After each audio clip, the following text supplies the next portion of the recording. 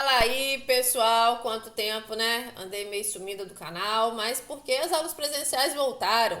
Então agora a gente tem aula aí na prática, mas não deixando aí de alimentar, né? O meu canal, criando esses vídeos interessantes e diferentes. Hoje eu trouxe para vocês mais uma aula prática, uma aula de anatomia, uma aula com nada mais, nada menos o terror dos répteis, uma cobra. Isso mesmo, eu trouxe para vocês um pedaço, lógico, né? É uma jiboia, da espécie da jiboia, né? Mas eu trouxe apenas um pedaço, até porque não daria para gravar toda. Então, antes que alguém me crucifique e pense que eu matei a jiboia para o nosso vídeo, nada disso, tá? Eu achei ela morta no asfalto e aí eu peguei um pedacinho apenas para que a gente pudesse utilizar para as nossas aulas e ficar então mais interessante. Então, a primeira coisa que a gente tem que saber é que uma cobra é um réptil. Ela é um réptil. E o que garante? Quais são as características que determinam o animal ser classificado como réptil, anfíbio, peixe, enfim? Né? O réptil ele tem uma pele mais grossa, tá? Mais rígida. Ele tem uma respiração pulmonar, então ele já tem agora pulmões, onde anfíbios ele tinha uma respiração cutânea, o réptil agora ele tem uma respiração pulmonar, então ele tem pulmões desenvolvidos que conseguem fazer essa troca gasosa, tá? Eles têm hábitos, né? Aquáticos, terrestres, tá? Isso daí vai depender do tipo de réptil que a gente estiver falando. Então, jacaré, crocodilo, cobra, enfim, tá? Tartaruga, cágado, jabuti também são todos répteis. Os répteis eles são divididos em classes, tá? Então a gente tem a classe dos quelônios, como exemplo aí são os animais que têm esse casco, então a tartaruga, o jabuti, o cágado, tá? E outras classes no geral. Então, é um grupo bem amplo, por isso mesmo que são divididos em classes, tá? E hoje o que eu trouxe para vocês é a cobra, tá? Como eu já falei, da espécie jiboia. E aí, primeira coisa, a cobra, ele é um animal réptil, né? Um animal vertebrado, ele tem coluna vertebral. Então, quando eu parto aqui para vocês, ó, vocês podem perceber que aqui é carne e aqui é a coluna vertebral dela, tá? Aqui a gente vai ver, tá? Ó, perceba que eu tenho aqui como se fosse, ó, tá vendo? Cordãozinho aí por onde vai ter circulação de sangue. Então é um vaso sanguíneo, tá? A pele parece que não é resistente, mas ela é resistente sim, tá? Até porque o animal ele troca de pele, o réptil, ele tem essa característica. E aí aqui a gente tem a estrutura da cabeça dela. Olha que interessante, gente. Que coisa legal, né? Ó, aqui a gente pode ver os dentes dela. Ó, a parte de baixo. Tá? Deixa eu focar melhor aqui. Ó, aqui é a língua dela. Certo? Tá? Então, ó, toda a boca dela aberta aqui. Isso.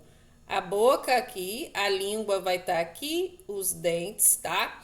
E aí, como que a gente consegue diferenciar? Primeiro, aqui a gente tem os olhos, que aqui, ó, ela ficou bem escondidinha porque ela ficou com a boca aberta, mas dá para observar aqui, tá? A gente tem as cobras, né, que são chamadas de serpentes peçonhentas e não peçonhentas. As peçonhentas são as que têm veneno e a não peçonhenta que não tem veneno, tá? Os dentes são esses dentes aqui, quando o animal ele tem veneno. No caso da jiboia, ela não é peçonhenta, né? São os dentes aqui maiores, que são os inoculadores de veneno, inoculadores de peçonha, tá? Aqui a gente tem furinhos, ó, tá? Que é chamado da fosseta loreal, que vai servir aí para percepção do ambiente, tá? Então, ela consegue perceber pequenas variações de temperatura, pequenas variações que a gente seria difícil perceber no ambiente devido a ela se rastejar e ela ter, podemos dizer assim, poucas defesas, né? A gente pode considerar assim.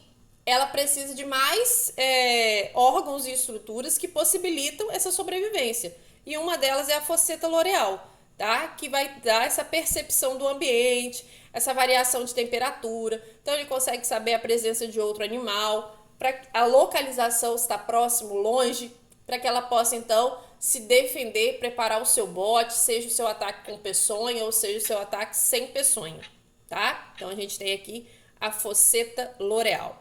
A gente tem aqui dentro aqui, se o animal for peçonhento, da parte de dentro aqui, é onde eu tenho a glândula de peçonha. Então é onde ele guarda o veneno, podemos dizer, aqui na parte do lado, tá? Nas laterais. As narinas. Então, a Fosseta L'Oreal não é a narina do réptil, desculpa, tá? Eles são estruturas diferentes. E aqui, como eu falei, a língua, que também serve como percepção do ambiente, então dá também uma maior capacidade dela perceber o ambiente, saber se tem algum animal se aproximando ou não, tá? Nesse caso aqui, como eu falei, não é um animal peçonhento, então a gente consegue ver, ó, os dentes menores para cá, os dentes maiores são os daqui, porque são os que vai ser o que ela vai fechar para conseguir capturar a presa. Então perceba que esses dentes da frente aqui, ó, eles vão se encontrar, são os dentes maiores, e aqui os menores são para dentro, que é o que vai triturar o alimento, a presa, tá? Então a língua, ó, a gente consegue perceber que é uma língua bifurcada, então é uma língua que tem duas divisões, tá? Ela é dividida, então tem dois pedacinhos, podemos dizer assim, que isso também vai auxiliar.